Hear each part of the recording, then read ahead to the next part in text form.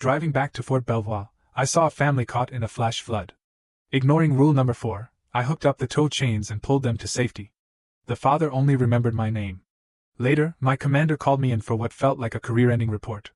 But sitting in the office was a man in a 4-star uniform. Can you imagine standing at a crossroads where doing the right thing meant sacrificing everything you'd ever worked for? My stomach still knots up just thinking about it. Because one stormy night, I was forced to make a choice that could have cost me my entire career, all for the life of a blue-lipped baby, and let me tell you, the system was not on my side. It was 2 a.m., and the only sound was the rhythmic squeak of my LMTV's wipers fighting against the Virginia rain. The transport route back to Fort Belvoir was supposed to be silent, safe, routine. But then, my headlights cut through the gloom, sweeping across the shoulder, and my blood ran cold. There it was, a civilian SUV, flipped on its side, half submerged in black water. A man was out, desperately waving in the downpour. And inside was a woman, clutching a tiny, blue-lipped child. My stomach hit the floor like a brick. The chill running down my spine wasn't from the AC, it was from the operations notebook sitting on the passenger seat. Rule number 4, burned into my brain, strictly forbade stopping. My chest constricted. My breathing hitched. My hands gripped the steering wheel so tight my knuckles turned white. I glanced in the rearview mirror, and that father's pleading eyes drilled right into my soul. If I hit the gas, if I kept going, they would freeze to death. If I stopped, a 12-year career, everything I'd built, would be wiped out by a brutal disciplinary report. The radio crackled uselessly, a cruel reminder of the rules I was about to shatter. I gritted my teeth. No. I couldn't be an emotionless obedience machine.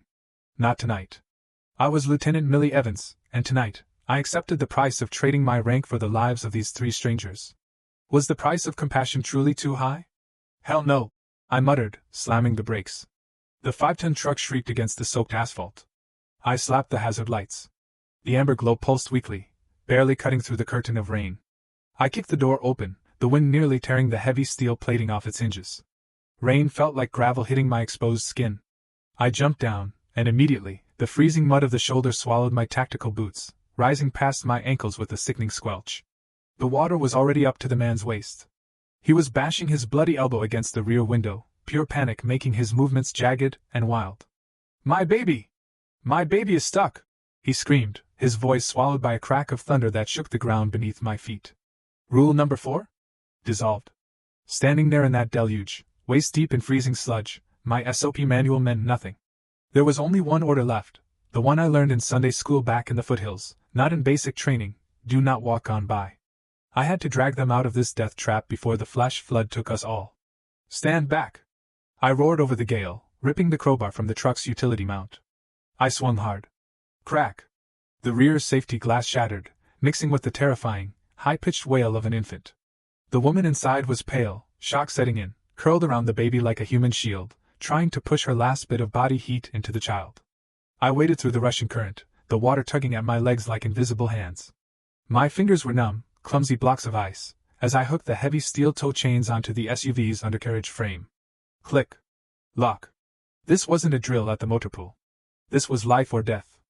I signaled the man to hold on tight, then scrambled back into the LMTV's high cab. I threw it into low gear. "Come on, big girl," I whispered to the engine, easing off the clutch. The massive tires spun in the mud for a heart-stopping second, spewing sludge, before they bit into the asphalt. The truck groaned, the chain pulled taut, and slowly, agonizingly, the SUV slid out of its watery grave and onto the shoulder. We didn't speak much on the ride. I couldn't take them to the base. The MPs at the gate would arrest me on the spot for unauthorized civilians. We found a Motel 6 about 15 miles off route, its vacancy sign flickering like a beacon in the storm. I helped them check in. It was a cheap place, smelling of stale smoke and bleach, but it was dry. Once they were safe in the room, I turned to leave. The father, still shivering violently under a thin motel towel, reached out and grabbed my wrist. His eyes dropped to the name tag on my soaked uniform. Evans. He stared at it like he was memorizing a scripture. "You don't know what you just did, Lieutenant," he rasped, his voice breaking. "You saved my whole world." I forced a smile, but it felt crooked on my frozen face. "Just keep that baby warm. That's your only mission now."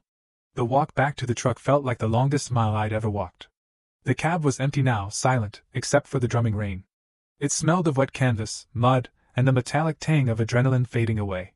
I sat there for a moment, my hands shaking uncontrollably now that the crisis was over.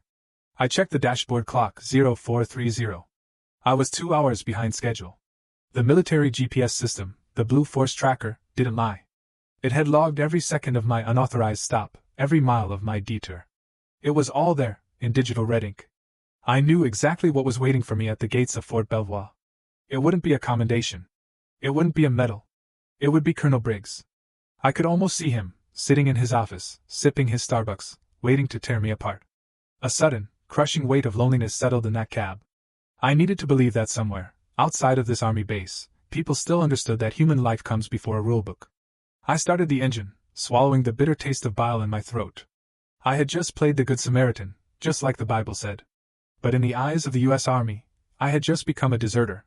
I put the truck in gear and headed toward my execution. At 0600, the fist pounding on the door of my transient quarters wasn't a wake-up call, it was a summons. I hadn't even had time to peel off my soaked uniform or scrub the Virginia clay from my skin. 2 military police officers stood in the hallway, their faces stone cold.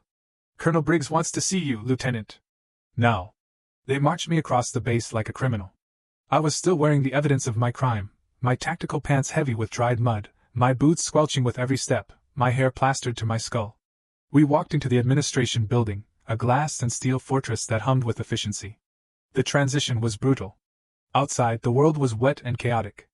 Inside Colonel Briggs's office, it was a climate-controlled sanctuary. The AC was set to a crisp 68 degrees, humming softly. The room smelled expensive, not like the motor pool's burnt coffee, but like a fresh brew from a high-end machine. A Starbucks cup sat steaming on the corner of his mahogany desk, the mermaid logo mocking my exhaustion. Colonel Briggs didn't look up when I entered. He was reviewing a file, his reading glasses perched on the end of his nose. He didn't tell me to stand at ease. He left me at the position of attention, rigid, just inside the door.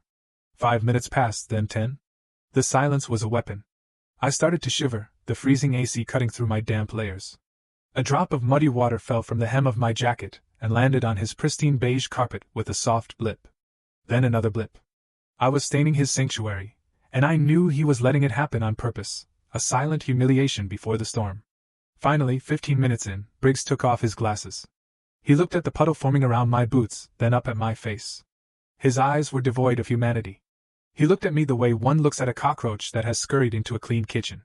"Lieutenant Evans," he said, his voice quiet, but sharp enough to cut glass.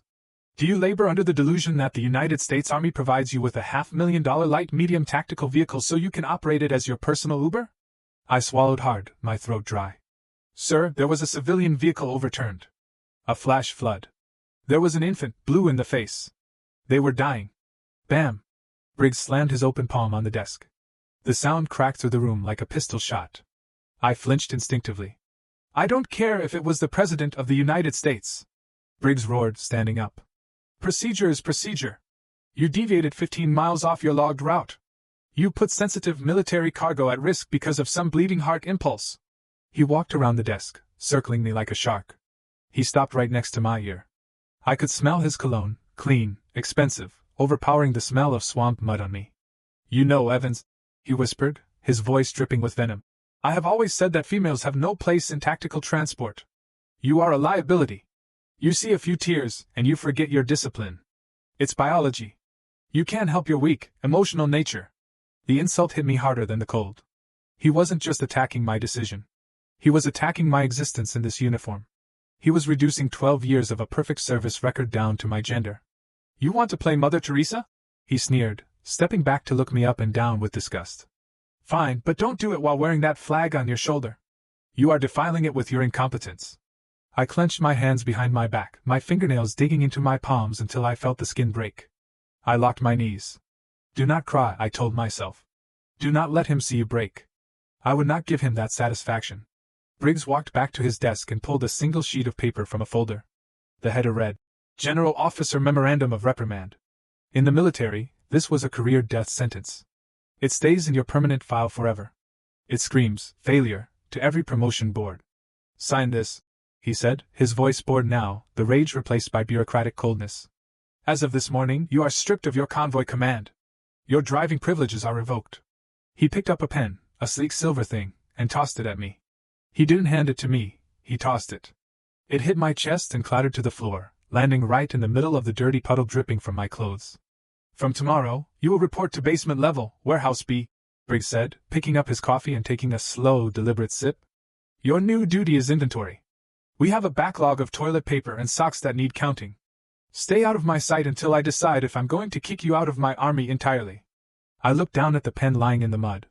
I had saved 3 lives last night. A father, a mother, and a baby were alive right now because of me, and this was my reward. Slowly, painfully, I bent down. My stiff joints cracked. I picked up the wet pen, the mud smearing onto my fingers. I placed the paper on the corner of his desk, trying not to drip on the wood, and signed my name. My hand shook so badly the signature looked like a jagged scar. Millie Evans. I wasn't just signing a reprimand. I was signing away my dignity. I placed the pen back on the desk. Briggs didn't even look up.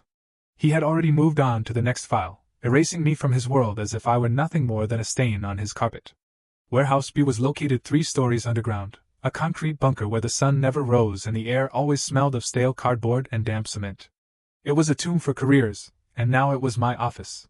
For 12 years, my hands had commanded the steering wheels of massive tactical vehicles, feeling the raw power of diesel engines vibrating through my bones. Now, my weapon of choice was a plastic barcode scanner that cost $20 at Office Depot. Beep. 200 pairs of wool socks size large, I muttered to the empty aisle. My voice sounded hollow, bouncing off the metal shelves that stretched up to the flickering fluorescent lights. Beep. 500 rolls of single-ply toilet paper. Every beep was a reminder of how far I had fallen. Colonel Briggs knew exactly what he was doing. He didn't just want to punish me. He wanted to break me. He wanted to bore me into submission until I voluntarily signed my own discharge papers just to escape the silence. I felt less like a soldier and more like a malfunctioning robot that had been tossed into the scrap heap. By 1200 hours, the silence was deafening. I needed to see human faces, even if they were hostile. I clocked out and headed up to the mess hall. The cafeteria was loud, a chaotic symphony of clattering trays and soldiers shouting over one another. But the moment I stepped into the serving line, the volume dropped. It wasn't total silence, but it was the kind of sudden hush that hits you in the gut. Heads turned. Whispers rippled through the room like a contagion. I kept my eyes on my tray, loading it with a dry hamburger patty and a scoop of corn. I walked toward the back corner, looking for an empty table in the shadows. I almost made it. Heads up! A shoulder slammed into mine hard enough to make me stumble. My tray tilted, sending the plastic cup of water splashing over my hand. I regained my balance and looked up into the grinning face of Lieutenant Miller. Miller had always been a yes-man, the kind of officer who polished his boots more often than he trained his platoon. He loomed over me, playing to the audience. "Whoa there, Evans," he boomed, his voice carrying across the silent room. "Watch where you're walking. I heard you're trying to win a Nobel Peace Prize with Army equipment now. Next time you want to play superhero on the taxpayer's dime, maybe ask permission first." A cruel ripple of laughter broke out from the table behind him. "We don't want to have to clean up your mess again," Miller sneered, leaning in close. "Stick to the toilet paper inventory. It suits you." I didn't say a word. I couldn't. If I spoke, I would scream. I just lowered my head, walked to the corner table, and sat down. The hamburger tasted like sawdust. I swallowed it down with the bitter, salty taste of tears that I refused to let fall in public. I couldn't stay there. I dumped my tray and slipped out the back exit, finding refuge near the old payphone bank behind the kitchen. It was a relic, rarely used now that everyone had smartphones, but it offered a shred of privacy. I dialed the number I knew by heart. It rang 3 times before a familiar voice picked up in rural Virginia. "Hello, Millie? Is that you, baby?" My mom's voice was warm, thick with the accent of the Bible Belt foothills. Just hearing it made my chest ache. "Hi, Mama," I said, fighting to keep my voice steady. "Oh, praise God! I've been worried sick. You haven't called in days with all those storms on the news. Are you safe?" I bit my lip so hard I tasted iron. I looked at my boots, scuffed and dull, standing on the dirty concrete. I wanted to tell her everything. I wanted to tell her that I was drowning, that my career was over, that I was being treated like a pariah. "I'm fine, Mama," I lied. The words felt like ash in my mouth. "Actually, I got a new assignment. It's an administrative role, desk work. It's much safer than the convoys." I heard her let out a long, heavy sigh of relief. "Oh, thank you, Jesus. I always prayed you'd get off those dangerous roads. I'm so proud of you, Millie. You're doing such important work." "Yeah, Mama. Important work." We said our goodbyes. As soon as the line clicked dead, I slid down the wall and curled into a ball on the floor. The lie hurt worse than Miller's shoving. I was protecting her peace by sacrificing my own truth. Here, a rough, calloused hand appeared in my vision, holding a steaming styrofoam cup. I jumped, wiping my eyes frantically as I looked up. It was Sergeant First Class Morales. He was an institution at Fort Belvoir, a 30-year veteran with skin like leather and eyes that had seen things most people only saw in movies. He didn't mock me. He didn't ask why I was crying. He just offered the cup. "Drink," he grunted. "Black. Strong. It'll put the steel back in your spine." I took it, the heat seeping into my cold fingers. Morales leaned against the wall next to me, looking out at the rain. "Don't listen to those idiots in there, Lieutenant," he said quietly. He rolled up his sleeve, revealing a jagged white scar running from his elbow to his wrist. "See this? Fallujah, 2004. I got demoted for carrying a wounded Marine onto a chopper instead of securing a crate of ammo. Command said I prioritized sentiments over assets." He looked down at me, his dark eyes intense and unyielding. "Ammo crates can be replaced, ma'am. Human souls cannot." He took a sip of his own coffee, his gaze drifting toward the administration building where Briggs sat in his ivory tower. "The colonel can strip your rank," Morales said, his voice dropping to a reverent whisper. "He can put you in a basement. But he cannot touch your honor. You did the right thing that night on Route 17. God is your witness. And that is the only promotion board that matters." For the first time in 3 days, the crushing weight on my chest lifted just an inch. I wasn't alone. In this dark, damp basement of a world, a lighthouse had just flickered on. The scuttlebutt moved through the barracks faster than a wildfire in a drought. By 0400 hours, long before the sun even thought about rising over the Potomac, the entire base was awake and in a state of controlled panic. General Warren was coming. He wasn't just some Pentagon bureaucrat pushing papers. General Warren was the Vice Chief of Staff of the Army. A legendary 4-star general with a reputation for eating incompetent commanders for breakfast. His visits weren't social calls. They were audits of the soul. Immediately, Fort Belvoir transformed into what we cynically call the dog and pony show. It's a theater production designed to hide rot behind a facade of perfection. From the loading dock of Warehouse B, I watched the absurdity unfold. Private first-class soldiers were on their hands and knees scrubbing the concrete sidewalks with toothbrushes. I saw a squad painting brown patches of dying grass with green spray paint just so the lawn would look vibrant from the general's passing motorcade. It was fake. It was desperate. And down in my basement exile, counting socks, I hoped that the storm would stay up there on the surface and leave me alone. I was wrong. At 1000 hours, the phone on the concrete wall rang. It was the administration building. Colonel Briggs wanted to see me again. This time, when I walked into his office, the atmosphere had shifted. The air wasn't charged with the explosive rage from yesterday. It was heavy with cold calculation. Briggs was standing by the window, watching the manic preparations outside. He turned around, and for the first time, he smiled. It wasn't a warm smile. It was the smile of a shark that smells blood in the water. "Lieutenant Evans," he said, his voice smooth, almost sweet. "Please take a seat." I remained standing. "I prefer to stand, sir." "Suit yourself." He walked over and leaned against the edge of his mahogany desk, crossing his arms casually.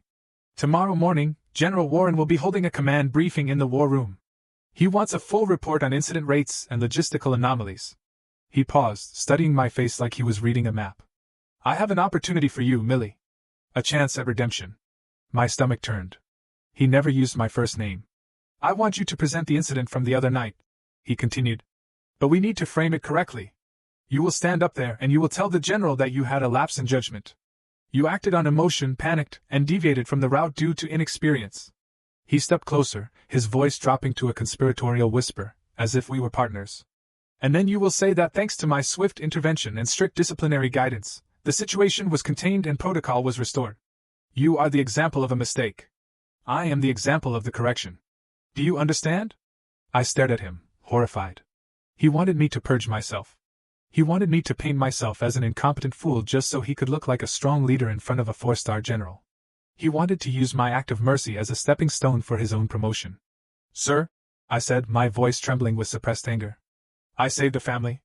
I won't stand there and lie. I won't say it was a mistake." Briggs's smile vanished instantly. The shark eyes returned dead and flat. "Listen to me very carefully, Millie," he hissed, stepping into my personal space until I could smell the coffee on his breath. "You have 18 years of service. You are exactly 2 years away from your 20-year mark. 2 years away from a full pension for life. 2 years away from guaranteed health care and a secure retirement." He let the words hang in the air, heavy and suffocating. He knew exactly where to hit. I came from nothing in the Virginia coal country. That pension was my only safety net. Without it, I was just a middle-aged woman with a bad back and no civilian skills, facing an old age of poverty. If you embarrass me in front of General Warren, Briggs said, his voice dropping to a lethal quiet, I will ensure your discharge papers cite gross misconduct. You will be kicked out with an other than honorable discharge. You will lose your pension. You will lose your benefits. You will leave this army with nothing but the shirt on your back. He leaned back, checking his manicured fingernails. So you have a choice. Be my puppet for 10 minutes, or be homeless by Christmas. I felt the blood drain from my face. It was blackmail, pure and simple. And I couldn't fight. The system was rigged, and he held the keys. Go home, Briggs ordered, dismissing me with a wave of his hand. Iron your class A uniform. Make sure those creases are sharp. I want you to look like a repentant, disciplined soldier tomorrow. That is an order. That night, my small transit room was filled with the hissing sound of a steam iron. Hiss, press, hiss, press. I laid my dress uniform jacket on the board. The dark fabric looked almost black in the dim light. I pressed the iron down, flattening the wrinkles just like Briggs was flattening my soul. The steam rose up, clouding the cheap mirror on the wall. I looked up at my reflection, but the face looking back was blurry, distorted by the fog. I didn't recognize myself anymore. I wasn't the brave lieutenant who jumped into a freezing flood to save a child. I was a coward.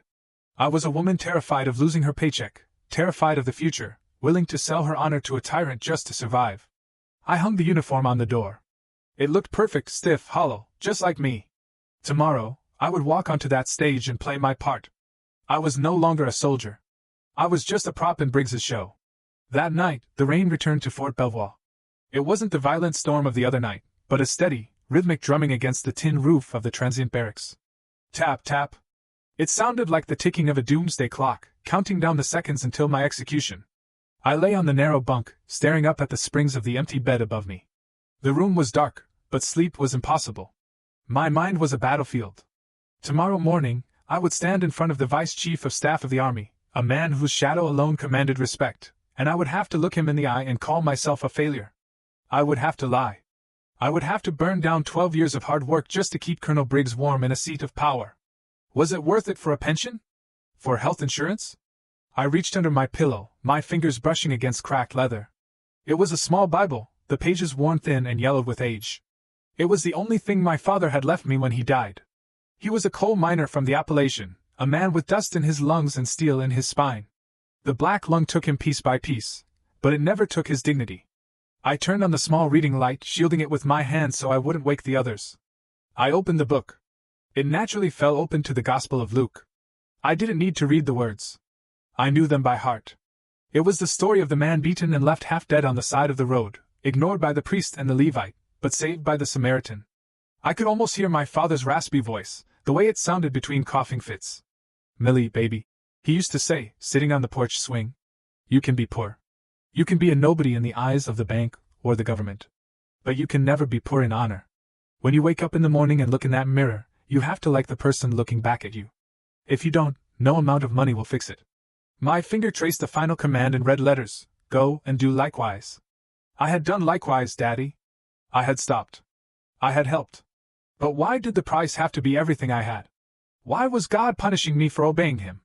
The tears finally came, hot and silent, soaking into the pillowcase. I felt totally abandoned. There was no angel in the room, just the smell of damp wool and the crushing weight of tomorrow. By 0500, the rain had stopped. I got up before the sun. I sat on the edge of my bed with my dress boots and a tin of kiwi polish. The ritual of the spit-shine is meditation for a soldier. Small circles. Swish, swish, swish. Water, wax, friction. I focused entirely on the toe of the boot until the black leather disappeared and became a black mirror. Looking sharp, Evans. I froze. Lieutenant Miller was leaning against the door frame, holding a travel mug of coffee. He was already in his dress blues, looking smug. You really are going all out for your big apology tour, huh? He walked over, looking down at me with that pitying smirk that makes you want to scream.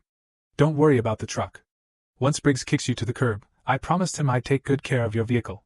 Lieutenant Miller has a nice ring to it, don't you think? He patted my shoulder, a condescending, heavy pat. Come on, don't look so grim. Maybe soldiering just isn't in your DNA. You're a nice lady. Go back to Virginia. Find a husband.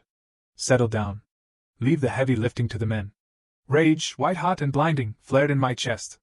I wanted to throw the boot at him. I wanted to scream that I could outdrive and outlift him any day of the week. But I didn't. I just looked at my reflection in the toe of the boot. Go and do likewise. Excuse me, Lieutenant, I said, my voice dead calm. I have to finish getting ready. He laughed, shaking his head as he walked away. Suit yourself. Break a leg out there. 800 hours. The PA system crackled to life. Attention on deck. General Warren's motorcade has passed the main gate. This was it. I stood up and walked to the mirror. I adjusted my tie, tightening the knot until it felt like a noose. I smoothed the jacket of my Class A uniform. The woman in the mirror looked tired. Her eyes were rimmed with red, her cheeks hollow. But the uniform was perfect. Sharp creases. Shiny brass. I took a deep breath, inhaling the smell of boot polish and the damp earth outside. I didn't know what was going to happen in that war room. I could lose my pension. I could lose my career. I could end up scanning groceries at Walmart for the rest of my life. But as I pushed open the heavy metal door of the barracks, something shifted. The storm had broken. The morning sun was cutting through the clouds, hitting the wet pavement and making it shine like diamonds. The light hit my face, warm and blinding. I blinked, and in that split second, the fear evaporated. It was replaced by a strange, cold clarity. I wasn't Briggs's puppet. I wasn't a female liability. I was the daughter of a coal miner who died with his soul intact. I was Lieutenant Millie Evans. I squared my shoulders, lifted my chin, and stepped out into the light. I was ready to face the fire. The war room was colder than a meat locker. I don't know if they kept the thermostat at 60 degrees to keep the servers from overheating or to keep the officers awake, but the chill cut right through my dress uniform. It was a sterile, windowless chamber dominated by a massive, polished mahogany table. At the far end, flanking a large projection screen, stood the American flag and the Army flag, their gold tassels still and heavy. At the head of the table sat General Warren. I had seen him on CNN and in official portraits, but seeing him in person was different. He didn't look like a movie general. He wasn't barking orders or chomping on a cigar. He was small, almost unassuming, with gray hair cropped close to his scalp. But the 4 silver stars on each of his shoulders caught the fluorescent light with a terrifying brilliance. He radiated a quiet, absolute authority that made the air in the room feel thin. Around the table sat his staff, bird colonels and majors with clipboards, sitting frozen like statues. No one spoke, no one moved. The only sound was the hum of the projector fan and the turning of pages as General Warren silently reviewed the briefing packet. I stood in the back corner, the designated spot for the accused, feeling smaller than a speck of dust. Proceed, General Warren said. He didn't look up. Colonel Briggs practically leapt into action. He strode to the front of the room, clicking a laser pointer with the confidence of a man who believes his own hype. General, as you can see from this quarterly analysis, Briggs began, his voice booming in the acoustic dead space. The Fort Belvoir Transport Division is operating at 110% efficiency. Our maintenance cycles are ahead of schedule, and our disciplinary rates are at historic lows. He clicked through slides of colorful pie charts and graphs. I knew for a fact that half those numbers were massaged, but up there on the big screen, they looked like gospel. However, Briggs said, his tone shifting to one of grave seriousness, we do not tolerate deviation. Strict adherence to protocol is the backbone of this unit. He turned and pointed the red laser dot at the floor near my feet. This brings me to the incident on the night of October 14th. I have brought Lieutenant Evans here today as a case study. My heart hammered against my ribs like a trapped bird. Briggs beckoned me forward with a sharp jerk of his head. I walked to the end of the table, my legs feeling like they were made of wood. I snapped to the position of attention, staring straight ahead at the wall, avoiding General Warren's gaze. Lieutenant Gene Evans, Briggs said. My middle name is Marie. He didn't even know my name. He didn't care.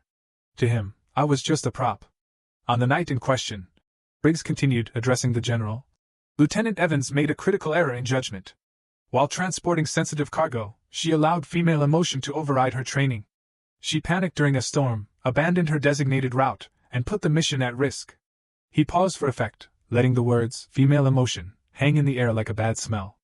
It was a stupid mistake, Briggs said, using the word stupid right in front of the Vice Chief of Staff. A lapse caused by inexperience and a lack of fortitude.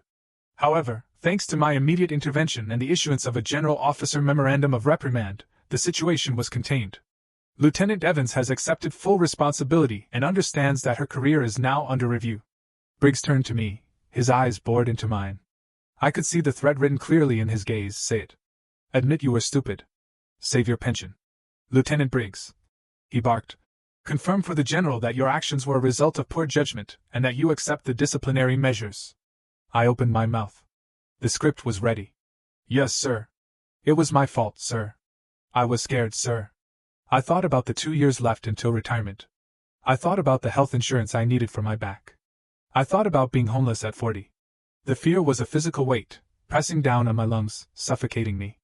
In that moment, standing between a lie that would save me and a truth that could destroy me, I felt paralyzed. The room started to spin. I felt totally alone against a giant. I took a breath, but the words wouldn't come out. My throat had closed up. Wait. The single word cut through the tension like a knife. It wasn't loud, but it stopped the world. General Warren hadn't moved. He was still looking down at the file, but now, slowly, he closed the folder. He took off his reading glasses and set them on the mahogany table with a deliberate click. Then he looked up. He didn't look at Colonel Briggs. He looked past him, straight at me. His eyes were still gray, sharp, and piercing, but they didn't hold the anger I expected. They were searching. It was a look of intense, almost unnerving recognition. Lieutenant Evans, the general said. His voice was quiet, but it carried a weight that made the hair on my arm stand up. Ignore the colonel's flowery language for a moment. He pushed the GO memorandum paperwork, the career death sentence I had signed, to the side as if it were trash. I want to hear it from you, Warren said directly. What exactly did you do at 0200 hours on October 14th on Route 17? Briggs turned pale. He stepped forward, trying to block the general's view of me. General, she is confused. She has already admitted. General Warren didn't even turn his head. He simply raised one hand, palm out, silencing Briggs instantly. I am asking your soldier, Colonel, Warren said, his voice dropping an octave, deadly and cold. Not you. He locked eyes with me again, waiting. The silence in the room was deafening. The charade was cracking, and I was the only one holding the hammer. I swallowed hard, the sound loud in my own ears. My heart was hammering against my ribs so violently I thought everyone in the silent war room could hear it. Briggs was staring at me, his eyes wide and threatening, silently screaming at me to stick to the script. Say it. Say you were stupid. Save your pension. But I couldn't do it. Standing there under the glare of the Vice Chief of Staff, I realized that if I was going to lose my career today, I wasn't going to lose my soul with it. General, I said. My voice shook, but the words were clear. I did stop my vehicle, unauthorized. Briggs nodded slightly, a smirk tugging at the corner of his mouth. He thought I was folding. But it wasn't a mistake due to inexperience. I continued, lifting my chin. I saw a civilian SUV overturned in a flash flood. The water was rising. There was a baby inside, blue from hypothermia. I used my LMTV to tow them to safety because if I hadn't, they would be dead right now. I locked eyes with General Warren, bracing myself for the explosion. Beside me, I heard Briggs inhale sharply, ready to interrupt, ready to bury me. But the explosion didn't come. General Warren didn't scream. He didn't order the MPs to drag me out. Instead, he slowly stood up. He walked around the massive mahogany table, his footsteps echoing on the polished floor. He stopped right in front of me. Lieutenant Evans, he said, his voice unreadable. I have 3 questions for you. Yes, sir. First, he said, holding up one finger. Was the sensitive military cargo you were hauling damaged or compromised in any way during this rescue? No, sir, I answered instantly. The seals remained intact. The load was secure. Second, did you complete your mission and deliver the payload? To the depot? Yes, sir. I arrived 45 minutes behind schedule, but the delivery was completed. Third, Warren said, leaning in slightly. Was any soldier or civilian injured during the operation of your vehicle? No, sir. Everyone walked away safe. General Warren nodded slowly. He stood there for a long moment, the silence stretching until it felt like a physical weight. Then he spun on his heel, turning his back on me to face Colonel Briggs. The calm demeanor vanished. His eyes were suddenly blazing with a cold, terrifying fire. So, Colonel Briggs, Warren said, his voice dropping to a dangerous growl. You stand here and tell me that saving 3 American lives, without compromising a single piece of Army property, is what you call, what was the word you used? Stupid? Briggs turned the color of ash. He stammered, his confident facade crumbling instantly. General. Sir, rules are rules. We have strict protocols. She was reckless. She acted on emotion. Bam! General Warren slammed his open hand onto the table. The sound cracked like a gunshot, making every officer in the room jump. Reckless! Warren roared. You call that reckless? He reached into the breast pocket of his dress uniform and pulled out a photograph. He slapped it down onto the polished wood, sliding it across the table until it stopped right in front of Briggs. It was a grainy black and white printout from a security camera. I recognized the angle immediately. It was the parking lot of the Motel 6. It showed my massive LMTV parked sideways, shielding a small, battered SUV from the driving rain. I received a phone call at 0300 that night. General Warren said, his voice trembling with an emotion that wasn't anger anymore. From a man who thought he was going to die in a ditch. He told me that a soldier stopped when no one else would. Warren pointed a shaking finger at the photo. That man in the car, Colonel, is my son-in-law. The woman holding the baby is my daughter, Sarah. A collective gasp went through the room. The air seemed to be sucked out of the space. General Warren took a step closer to Briggs, his voice cracking. And that blue-lipped infant, the one you said Lieutenant Evans was stupid to save. That is my only grandson. The silence that followed was absolute. Colonel Briggs looked like he had been punched in the gut. His mouth opened and closed like a fish out of water, but no sound came out. His hands were shaking so badly that the silver pen he was holding, the same laser pointer he had used to mock me, slipped from his sweaty fingers. It clattered loudly onto the floor, rolling away under the table. He looked at me, then at the general, terror flooding his eyes as the realization hit him. He hadn't just disciplined a soldier. He had tried to destroy the woman who saved his boss's family. General Warren turned away from Briggs as if he didn't exist. He walked back to me. The steel in his eyes melted away. He wasn't the vice chief of staff anymore. He was a grandfather. My son-in-law told me they saw your name tag. Warren said softly. He said you told him his only mission was to keep that baby warm. He reached out and placed a hand on my shoulder. It wasn't a formal gesture. It was a squeeze of pure, desperate gratitude. You didn't break the rules, Lieutenant. He whispered, loud enough for the whole room to hear. You rewrote the rule on humanity that your commander seems to have forgotten. You saved my whole world. I felt the tears finally spill over. I tried to stay at attention, but my shoulders shook. The knot of fear and humiliation that had been strangling me for 3 days suddenly unraveled. I wasn't a failure. I wasn't a disgrace. I was a soldier. And I had done the right thing. The silence in the war room was no longer heavy. It was electric. All eyes were glued to Colonel Briggs, who was sweating so profusely that beads of perspiration were dripping onto his stiff collar. The confident, arrogant commander who had strutted around the room 5 minutes ago with his laser pointer was gone. In his place was a desperate man trying to salvage a career that was rapidly disintegrating. General, sir. Briggs stammered, his voice rising in panic. He looked around the room for support, but found none. Please, you have to understand. I had no idea. I didn't know it was your daughter. If I had known it was your family involved, obviously, I would have authorized the stop. I would have sent an escort. Stop. General Warren cut him off. The word was soft, but it hit with the force of a physical blow. The general looked at Briggs with an expression of pure, unadulterated disgust. That is precisely the problem, Colonel, Warren said, shaking his head slowly. If you had known it was my family, you would have pinned a medal on her chest yourself. You would have rolled out the red carpet. But because you thought they were just anonymous civilians, just nobodies dying in a ditch, you tried to destroy her.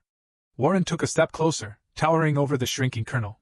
A soldier's integrity is not measured by who they save, Colonel. It is measured by who they are. Lieutenant Evans didn't stop because she wanted a reward or because she checked the rank of the victims. She stopped because she is a soldier, and that is what soldiers do. We protect. Briggs opened his mouth to speak, desperate to spin the narrative, but Warren silenced him with a glare that could peel paint. I saw your base this morning, Briggs. Warren continued, gesturing vaguely towards the window. I saw the painted grass. I saw the privates scrubbing the sidewalks with toothbrushes. You spend so much time polishing the surface, making things look pretty for the brass, that you've let the core rot. He pointed a finger directly at Briggs's chest. You measure leadership by spreadsheets and perfectly creased uniforms. But leadership isn't about control. It's about trust. You have built a unit based on fear. You have turned brave men and women into emotionless machines who are terrified to do the right thing because they might get reprimanded. You almost crushed the only officer in this room who still has a moral compass. Briggs hung his head, his shoulders slumped. He knew it was over. The room was witnessing a live execution of a career. General Warren walked back to the table and picked up the GO memorandum, the official reprimand that Briggs had forced me to sign, the paper that was supposed to end my career. He held it up for a moment, letting every officer in the room see the lie written in black and white. Then, with a slow, deliberate motion, he tore it in half. Rip! The sound was incredibly loud in the quiet room. He put the halves together and tore them again. Rip! He walked over to the trash can in the corner and let the confetti pieces flutter down into the bin. Colonel Briggs, Warren said, his voice cold and official. You are relieved of your command. Effective immediately. You have 1 hour to clear out your desk. Briggs looked up, his face pale, his eyes hollow. General, where? Where will I go? Warren smiled. But there was no warmth in it. It was the smile of poetic justice. I have the perfect spot for a man who loves paperwork and procedures. So much, Warren said. I am transferring you to the Records Archive Division at the Pentagon, basement level 4. It has no windows, Colonel, just miles of files and dust. I almost gasped. It was the exact same punishment Briggs had tried to inflict on me. He wanted to bury me in a basement counting socks. Now he would spend the rest of his career in a basement counting dusty files, buried under the weight of his own bureaucracy. You can count paper clips to your heart's content down there, Warren finished. At least in the basement, you can't hurt anyone else.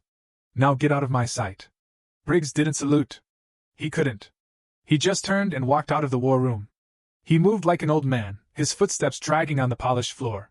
As he passed the table of staff officers, no one looked at him. No one offered a sympathetic glance. He was a ghost walking out of his own life. When the heavy door clicked shut behind him, the tension in the room finally broke. I looked around. The atmosphere had completely shifted. The other officers, majors and lieutenant colonels, who had looked at me with disdain or indifference just 10 minutes ago, were now looking at me differently. The contempt was gone, replaced by something I hadn't seen in a long time. Respect? Caution? Yes, but respect. My eyes found Lieutenant Miller across the room. The man who had mocked me, who had told me to go home and find a husband, was staring at his boots. His face was flushed red. He couldn't even meet my gaze. I stood a little taller.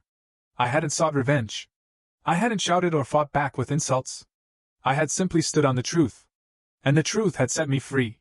Justice had been served, not by a sword but by a grandfather's gratitude.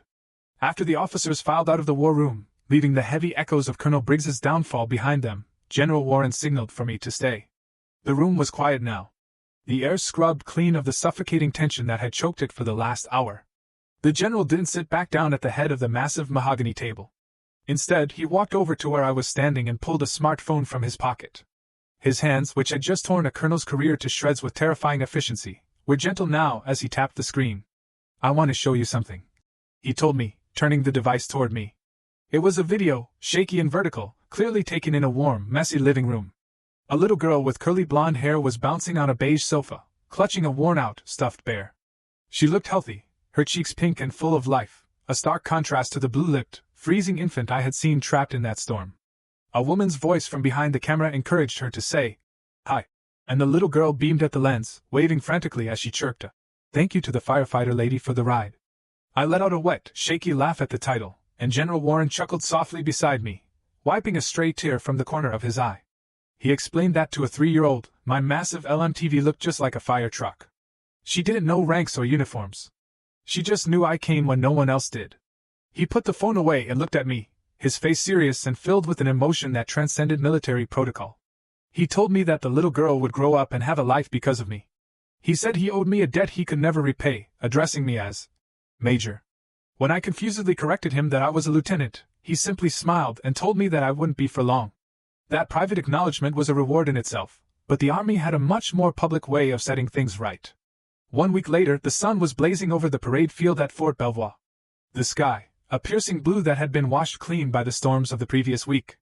The entire transport battalion was assembled in formation, a sea of camouflage standing at attention under the heat. This wasn't a punishment detail or a routine drill.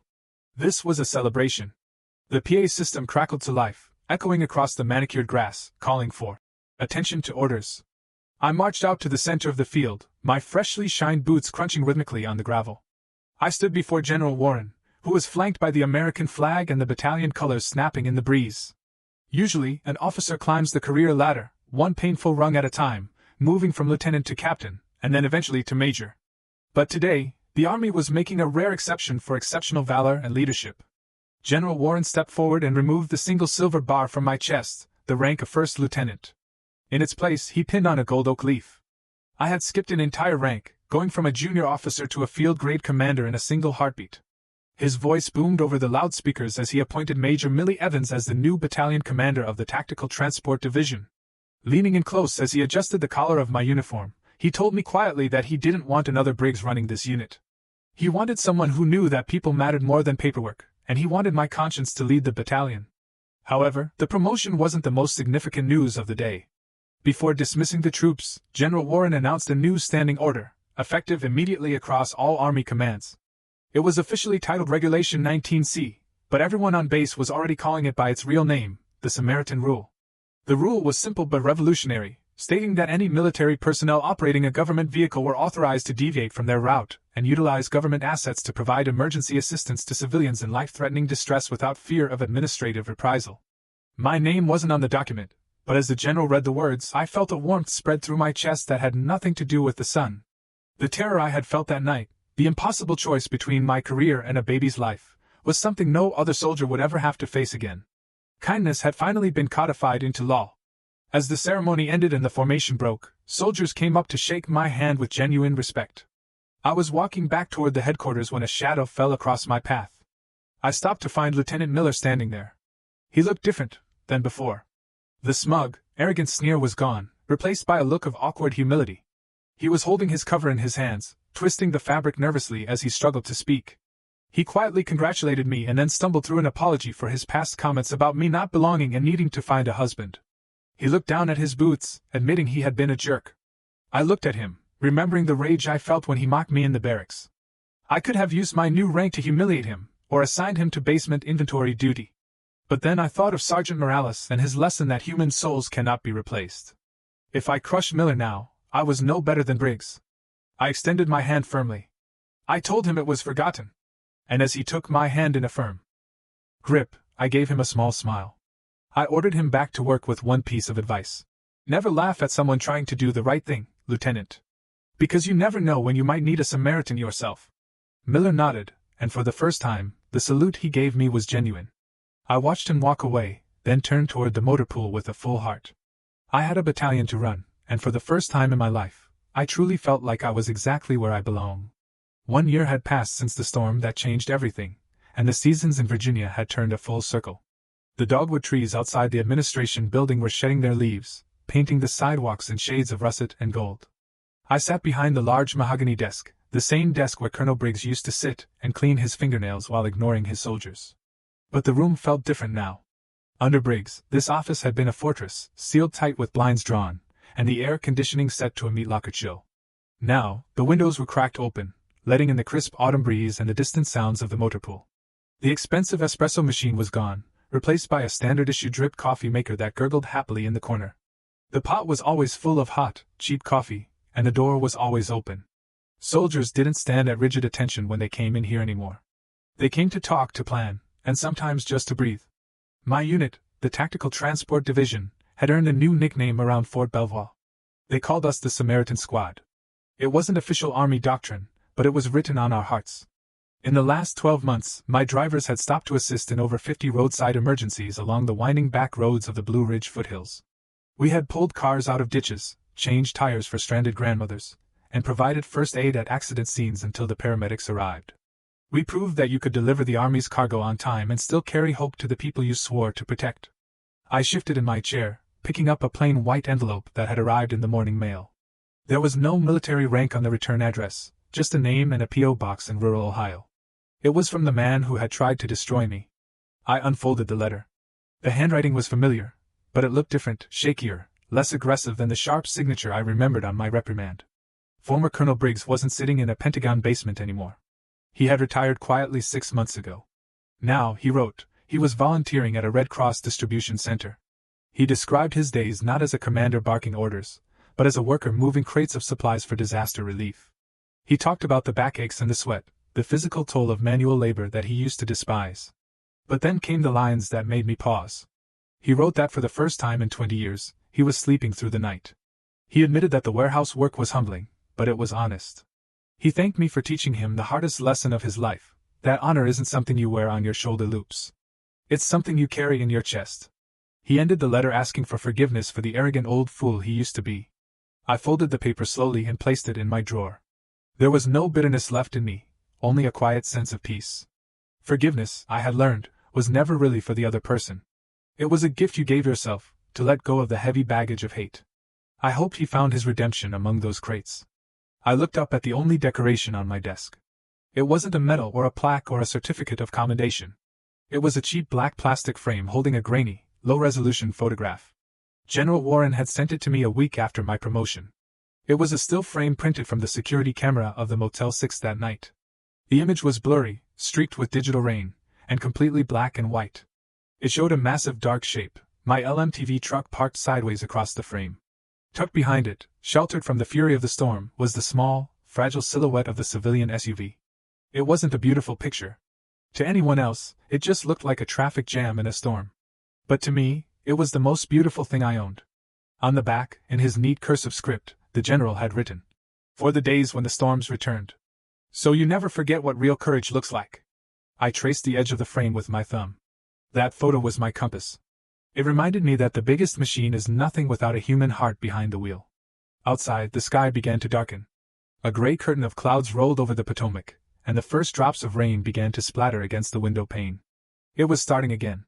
Another Virginia storm was brewing, threatening to turn the dirt roads into rivers of mud. I stood up and walked to the window, looking down at the motor pool. The engines were roaring to life. A convoy of 20 LMTVs was lined up, their headlights cutting through the gloom, ready to transport supplies to the coast. I picked up the radio handset from my desk. The plastic felt cool and familiar in my palm. "I keep the mic," my voice steady and calm. "Attention all Samaritan stations. This is Samaritan 6, I said, watching the rain intensify. "We have heavy weather incoming. The roads are going to be slick, and visibility will be near zero. Your mission is to get the payload to the destination." I paused, looking at the grainy photo on my desk one last time. "But remember your standing orders. Keep your eyes open. If you see someone in trouble, you stop. We don't leave anyone behind in the dark. Watch your 6 and drive safe. Samaritan 6 out." I hung up the radio and watched as the convoy began to roll out the gate, big wheels turning through the puddles. The storm was coming, loud and dangerous, just like it had a year ago. But this time, I wasn't afraid. I knew that no matter how dark the night got, we were the ones driving the lights. We were the ones carrying the fire. And that was a legacy worth more than any rank. You know, looking back at that rainy night on Route 17, I realized that we often confuse rank with leadership and rules with righteousness. But the truest test of character isn't what you do when the sun is shining and the general is watching. It's what you do in the dark, when the only witness is your own conscience.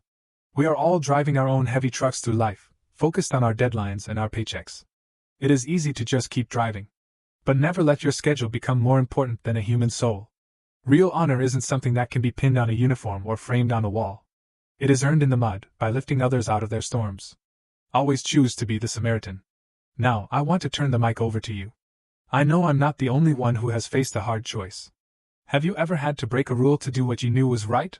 Or maybe you were the one stuck in the ditch, praying for headlights to appear? Tell me what you think. I really want to know.